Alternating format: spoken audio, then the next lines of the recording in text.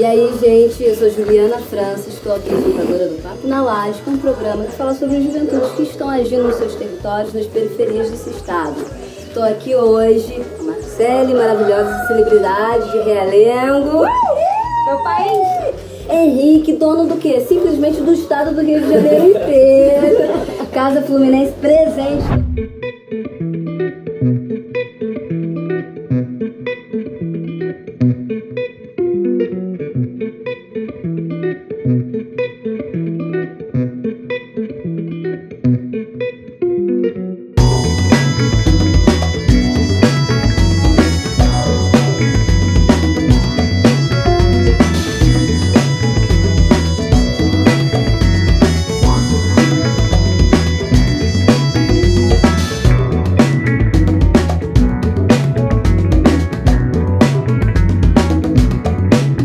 Primeiro prazer estar aqui no Papo na Laje.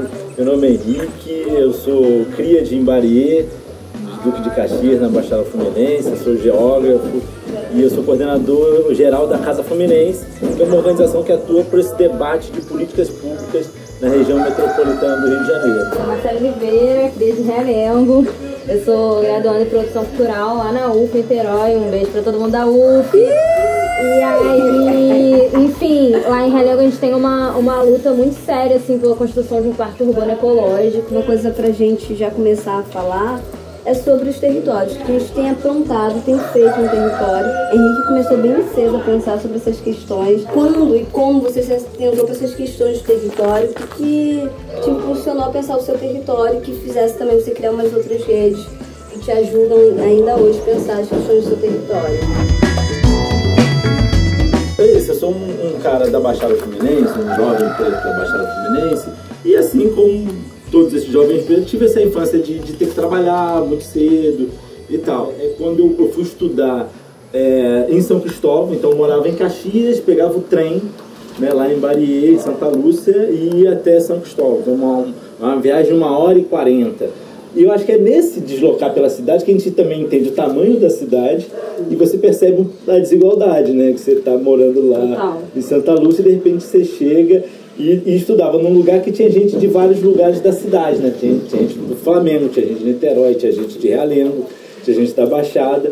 E eu acho que foi um momento importante para mim de entender essa diversidade desses territórios que existem no Rio de Janeiro, mas sobretudo a desigualdade que existe neles, né? Eu acho que ali foi um primeiro momento assim de eu sacar isso.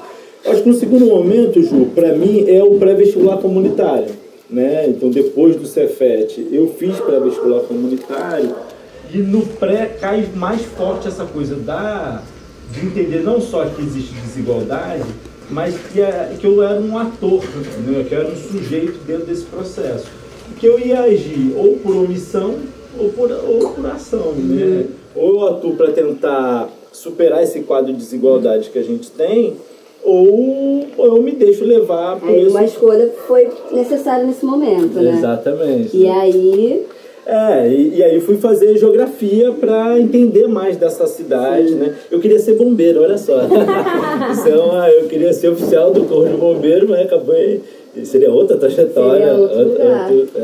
E eu fui fazer geografia, né? E para entender mais dessas desigualdades urbanas que a gente tem. Então, eu acho que a minha trajetória passa por aí. Depois trabalhei no IBGE, trabalhei na prefeitura, e eu acho que a chegada na Casa Fluminense foi um encontro muito rico, muito especial para mim, porque misturava questões da minha origem de um jovem da Baixada Fluminense, querendo entender que desigualdade era essa que eu vivia, querendo entender caminhos para tentar superar essa desigualdade. E eu tive um encontro feliz com uma galera que estava construindo a Casa Fluminense em 2013, e desde então venho construindo esse espaço como um espaço que se articula com vários outros coletivos e lideranças da região metropolitana, que busca fazer a discussão de política pública no Rio com base em dados, indicadores, para a gente compreender qual o diagnóstico e quais são as propostas que a gente precisa para superar isso.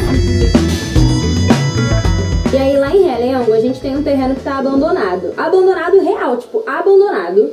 E é um terreno que ele tem a propriedade, né, como sendo do exército. Só que sendo um terreno que é da União, se outras pessoas, entre sociedade civil e entidades públicas e universidades, dizem que gostariam de fazer algo com aquele terreno, isso deveria ser discutido, né? Sim. Deveria ser pautado. Tá lá na lei, legislativamente falando, que terrenos assim podem ser, né, discutidos sobre com quem fica a propriedade. Isso não rolou. Então ficou com o Exército. O Exército tem a pretensão de construir um condomínio de prédios, e aí aquela grande loucura de vários prédios com playground no meio. Mais prédios, e né? aí esse playground no meio, quem vai ter acesso a esse playground no meio, né? E esse playground, vai ter árvore ali real, né? Porque as árvores que existiam dentro desse espaço, que era uma fábrica de cartuchos, já foram derrubadas, né? E essa memória dessa fábrica de cartuchos, que é uma memória do bairro, uma memória do território, ela já foi não completamente apagada, mas não completamente apagada justamente porque a galera do parque fica contando e recontando essa história. Se você colocar Realengo no Google, aparece lá: massacre na escola Tasso da Silveira em 2011, bairro violento, acontece sei lá o quê, assalto não sei aonde. Aí depois aparece Pedro II, e aí depois o IFRJ, e quase não aparece nada sobre o parque. E eu olhava isso e falava, cara, não é possível, mano, que tu bota Realengo, que é um bairro grande, né, uma região administrativa grande, com mais de 250 mil habitantes, e essa é a história que tem pra contar do lugar. E os coletivos culturais, e a aluna de Realengo, e o meu show do Forfã, a primeira vez que eu vi um show, sabe, todas essas histórias, porque elas não estão contadas, como é que a gente conta? E aí eu acho que o movimento do parque não é só pela construção do parque, ele é por essa possibilidade de a gente poder contar as nossas histórias pela nossa perspectiva. Então, implementar um parque verde em Realengo, né, e um parque verde que seja um parque verde construído com o movimento, e não só vários prédios com um corredor verde no meio, que é a proposta que eles falam, não, mas vai ter verde, eu quero que todo aquele espaço que está abandonado esse tempo todo seja 100%, né, revitalizado e 100% transformado em uma área que seja verde, que seja pública, que seja possível, que seja nossa, sabe, em que a gente possa pensar e contar essas histórias, contar a história da fábrica, contar a história da luta do meu parque, contar a história da ocupação Parquinho Verde, que é uma parada que já é externa ao parque. Então, um terreno gigante, né? 150 mil metros. Já teve área verde ali, né? Tem essa memória, né? Que é um pouco diferente do que o Henrique trouxe pra gente, no sentido que ele fazia um trânsito muito grande e ele conseguia se deparar com essa disparidade, né? Pô, na minha cidade, em Caxias, Cadê? Mas eu vejo em outros lugares as coisas estão... Cara, mas aí que tá, isso é muito doido, porque, né, eu cresci em Realengo e eu fui ter esse olhar pro parque de uns 4 anos pra cá, 5 anos pra cá, justamente nessa mesma perspectiva. Saí do bairro pra estudar, fui conhecendo outras paradas, aí começou essa, pô, e o meu bairro como é que é? Como é que eu faço isso lá? Como é que eu vejo isso lá? E aí fui conhecendo, entendendo, observando, aí entendi a luta pelo parque, porque era uma coisa muito distante, né? E isso rola muito, né? Em todas as periferias. Sempre tem uma galera mobilizada em prol de uma parada. Pode ser um rio, né, que precisa ali de uma parada de saneamento. Pode ser uma questão, às vezes, de saúde, alguma coisa de educação. Sempre tem uma luta que os bairros necessitam. E isso sempre parece distante da gente, porque a gente é jovem, a gente tá cheio de trabalho, a gente, né, precisa viver. Em outro lugar. E aquilo é sempre algo, uma coisa que acontece lá no meu bairro. E mudar essa chave para uma coisa que acontece lá no meu bairro para algo que também me pertence e que pode ser alavancado com a minha ajuda, e aí que tá a viralização, né? Eu falei, cara, eu tenho que somar aqui nessa parada, pô, esse bagulho tá acontecendo, como é que eu não vou somar nisso aqui? Já tinha, né, já era comunicadora, né, mestre de cerimônia de voador, pá, o que a gente vai fazer? Tem que mandar uma carta pro secretário do Meio Ambiente, mandar uma carta pro Eduardo Paes, dizendo: prezado prefeito Eduardo Paes, não, querido prefeito Eduardo Paes, não, Dudu, aqui quem fala é ela, a articulação do movimento pelo Parque de Realengo Verde. Tá passado?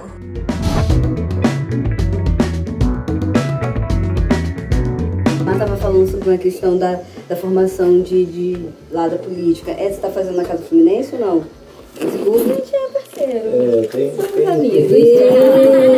Mas porque me lembrou, porque a casa está sempre fazendo esses cursos de formações políticas, né? Tipo, e aí eu queria muito que vocês falando da formação de cada um, de cada uma, nesse lugar de como a educação, e aqui usando a educação política, como isso é importante para transformar os territórios. Como que vocês entendem isso? Enfim, falo isso porque participei também da construção da agenda da minha cidade, e a gente vai falar um pouco sobre isso também mais pra frente, mas de como os agentes do território, quando eles começam enfim, a se instrumentalizar politicamente, eu não estou falando de política institucional, né? Como que isso pode reverberar no território como um todo? Como que vocês veem isso acontecendo? Acho que eu tenho uma história legal para compartilhar sobre isso, né? É isso. A Casa Fluminense ela tem um curso anual de políticas públicas, é um curso que para 40 pessoas, abre turma todo ano, então a gente já fez 5 edições já do curso, mais de 200 pessoas já participaram desse curso. Tem uma história legal de uma moça chamada Débora, ela é de Belford Roxo, ela fez parte da primeira turma do curso em 2016. E aí teve uma atividade daquele curso que em 2016 tinha eleição municipal, era ano de Olimpíada aqui no Rio de Janeiro, e a gente fez um grande encontrão que chamou os candidatos a prefeito da cidade do Rio de Janeiro. A Débora, de Belford Roxo, que fazia parte desse curso, foi nesse evento que a gente produziu. Ela sempre fala que gostou muito do curso, mas ver aquele encontro que a gente juntou diferentes candidaturas para que a gente, enquanto sociedade civil, apresentasse o que a gente queria, né? Que é o contrário dos encontros de política, né? Que o político que chama só para falar. Sim. Não, a gente convocou para vocês escutarem. E a gente fez isso e a Débora fala, cara, que aquilo foi um marco para ela. Assim, de cara, não sabia que isso era possível e eu quero fazer isso no meu território. Pois bem, a Débora encerrou o curso, foi fazer outras coisas. Ela desenvolve hoje um trabalho incrível em Belford Roxo. E no ano passado, ela resolveu fazer um encontro com os candidatos da cidade, né? Maneiro. Aquilo que ela se inspirou em 2016, aí buscou a Casa Fluminense, né? Eu quero ajuda, a gente tinha lançado algumas publicações e tal, para fazer esse encontro com as candidaturas. Eu estou contando isso tudo porque tem a ver com isso que você falou, Ju e Marcelo também, da importância das redes, né? Eu acho que tem uma tarefa importante para a gente, juventude, que é o exercício da formação. Sabe? Eu acho que a gente precisa ter um compromisso nosso com a nossa formação, de buscar conhecimento, mas também com a articulação de diferentes saberes, né? Quer dizer, que formação é essa? É a partir de diferentes saberes, que vem da academia, que vem do terceiro setor, que vem dos movimentos populares, que vem de quem não está necessariamente engajado nesses espaços, mas é aquela mãe que cuida de vários BOs dentro da comunidade, né? Então acho que a gente precisa reconhecer toda essa miríade de conhecimento e se preocupar com processos de formação. E aí, eu acho que a partir do processo mais aprofundado de formação, a gente amplia a nossa capacidade de atuar politicamente.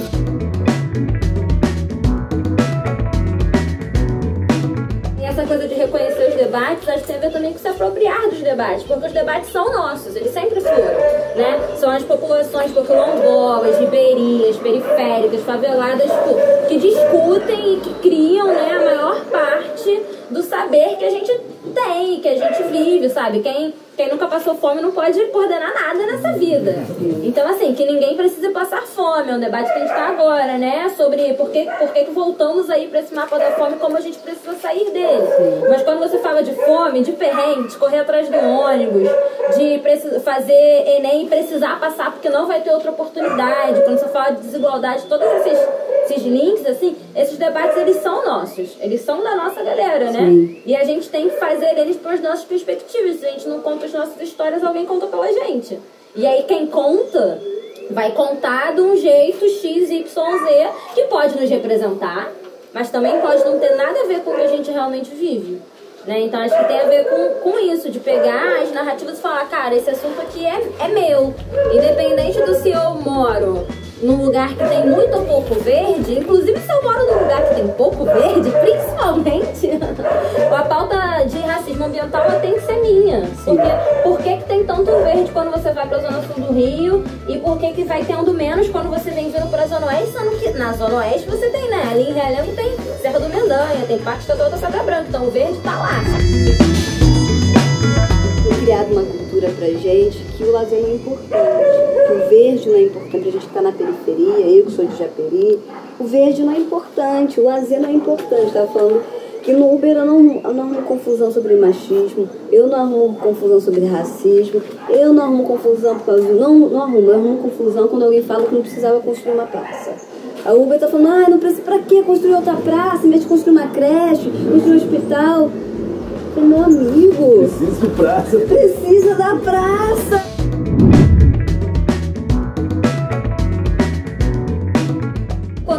pega lá um Uber, pô, tu tá indo, né, da Baixada pra algum lugar no centro pra ter o teu lazer, pra curtir, tá indo pra Lapa. Todo mundo vai pra Lapa, né? Então eu estou indo pra Lapa e alguém fala, ah, mas muito longe, né?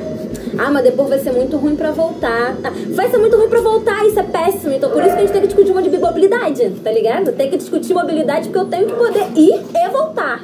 Eu tenho que poder. Se eu não posso, algo está errado. A gente tem uma peça no código que a gente criou um texto, uma música, uma sátira que é isso. A gente pode ir, mas não pode vir.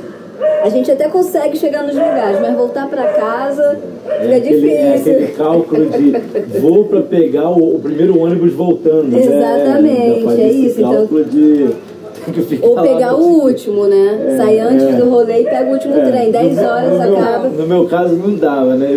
Eu pegava o Piabetá Central, né? E aí tinha um ponto ali no passeio, né? Então eu ficava mirando. Aí o primeiro ônibus indo pra Piabetá era, sei lá, 5 horas da manhã, a hora que eu tinha que voltar. Se o rolê acabasse mais cedo, tinha que ficar por ali. Cara, eu tinha a sorte que tinha o 393, né? Que é o ônibus vai lá pra Bangu, pra Zona Oeste e tal. E ele era a noite inteira e era mesmo, assim. Tu podia chegar no ponto, ia ter o bonde ali no ponto.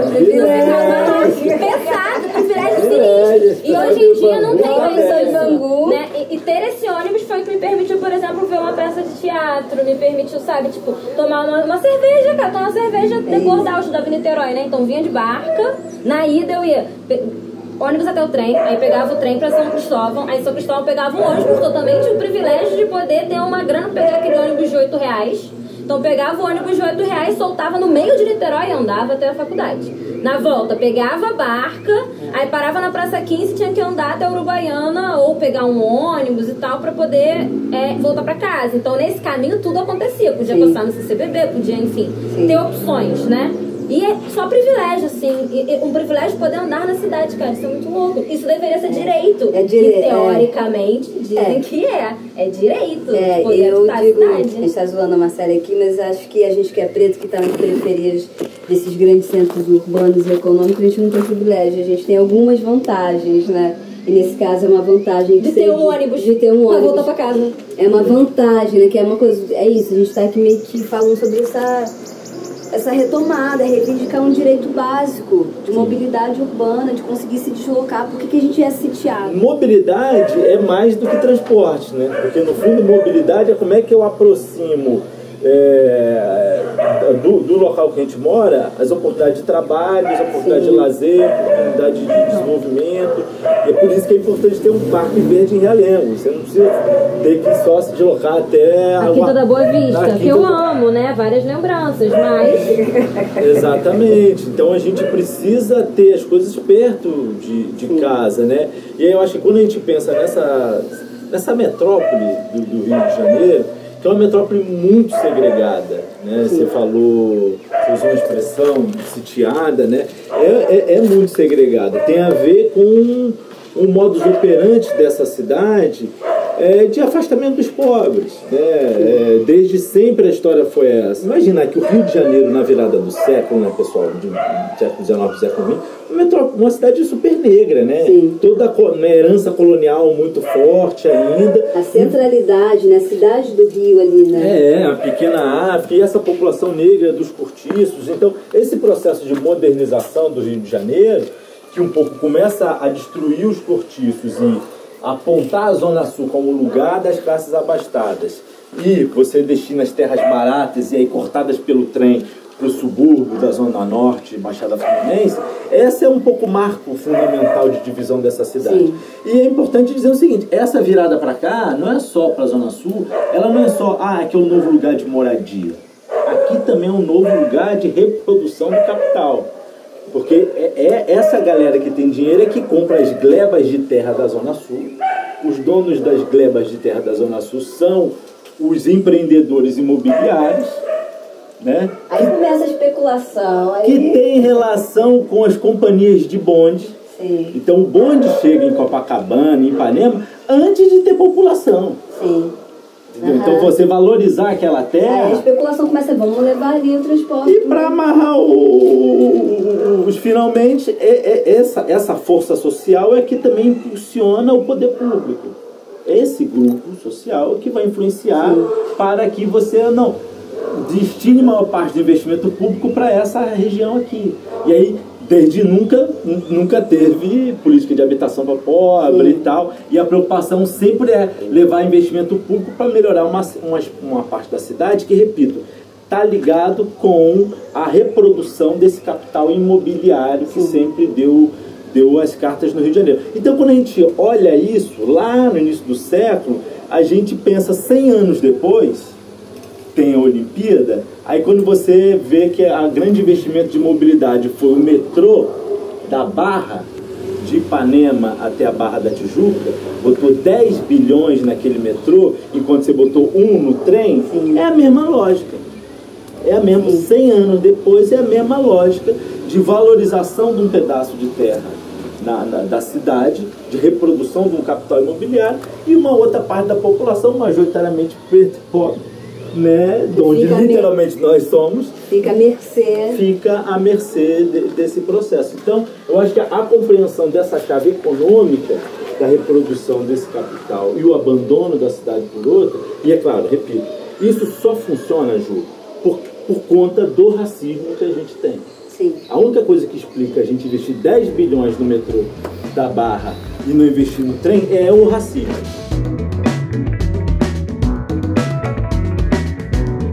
Vocês têm pensado, sonhado, fabulado para o futuro, que vocês têm...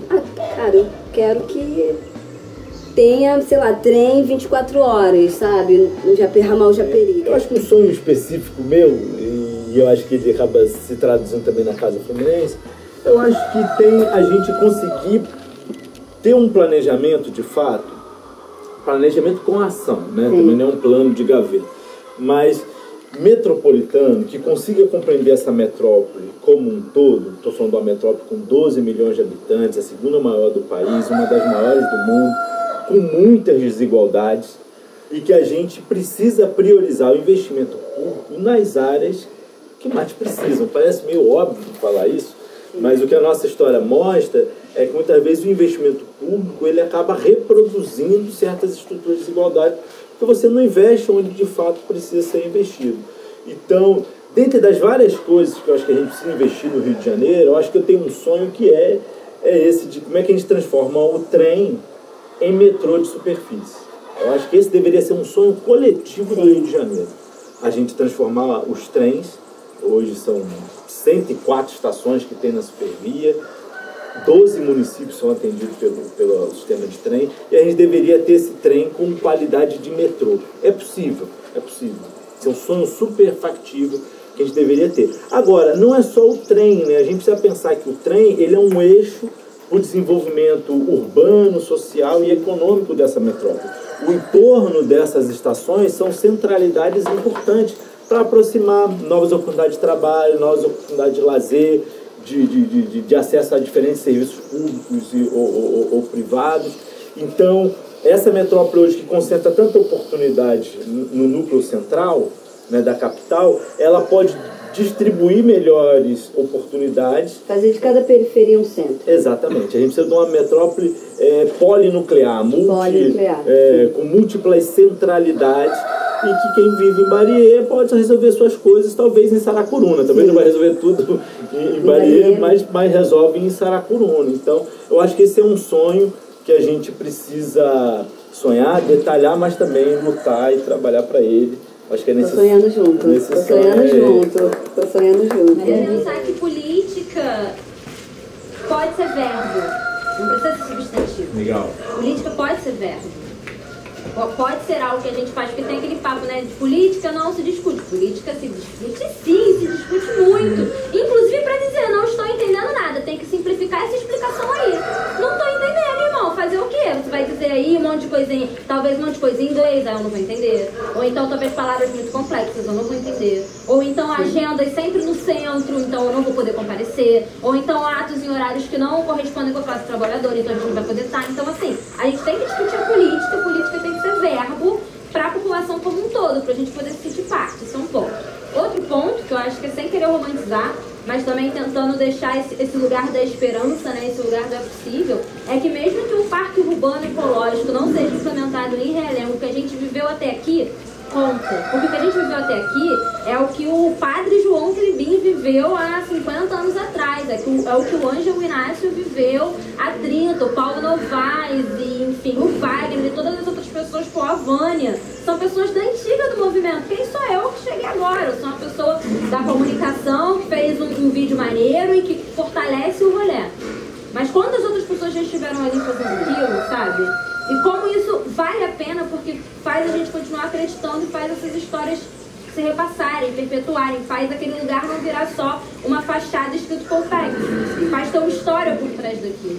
Então, mesmo que não seja implementado, mas vai ser, alô, prefeito, mas mesmo que não seja, eu acho que a trajetória até aqui, o que a gente aprendeu até aqui e o que a gente vai poder articular em outros lugares, é isso, a rede, as pessoas que se inspiraram, as tecnologias que a gente criou, mesmo que sejam tecnologias de gambiarra mesmo, tá tudo bem. São as nossas possibilidades de fazer que isso seja aplicado para outros lugares, para outras pessoas, já vai valer a pena, sabe? Já faz valer a pena, já faz com que faça, né, sentido, faz essa política virar verbo, porque vira uma ação, vira uma constante. Ah, não vai dar certo aqui, talvez, né? Uma coisa que você está pensando pro seu bairro, pro seu estado, enfim. Não vai dar certo aqui, mas talvez inspire outro lugar e lá dê certo. Ou talvez dê certo com outros tipos de articulações, talvez dê certo com outra rede, com outra galera. Então, se permitir continuar sonhando, sabe? E descansar também. Descansar. Se permitir continuar sonhando, se permitir propondo, eu acho que faz parte do meu sonho, sabe? Meu sonho é poder continuar contando essa história, que é a história de uma mina preta de Realengo, de uma família católica, sabe? De uma família que é super reservada em muitos sentidos, mas que me apoiou a fazer produção cultural, me apoiou a estudar em outra cidade, sabe? A gente está organizando os nossos sonhos, a gente está pautando os nossos sonhos através da agenda, a partir do parquinho, a partir de outros lugares. Escrever é importante, documentar é importante, a gente precisa retomar esse lugar das nossas narrativas, a gente precisa contar as nossas histórias e acho que vocês estão fazendo isso brilhantemente. Queria agradecer imensamente, tô toda arrepiada, tô muito feliz. Obrigada pelo seu sim, obrigada pelo seu sim. Agradecer a cada um e cada uma que está aqui, essa galera linda do audiovisual. Agradecer principalmente a família da Amanda, que é a nossa produtora, tá, que tá cedendo essa live pra gente. Fala o arroba das redes sociais de vocês, faz o jabá aí. Arroba Casa Fluminense e o meu é arroba HRQ Silveira, Henrique Silveira. O meu é arroba Marcele Olive, arroba Parquinho Verde, arroba Parque de Realengo. Papo na Laje, sigam a gente nas redes sociais e vamos aí alargar e construir cada vez mais redes. Obrigada pelo seu sim, né, Ju, por essa mediação, por essa compreensão. Obrigada, meu mesmo, carinho. Maravilhosa. Obrigada, gente, obrigada. Axé pra nós.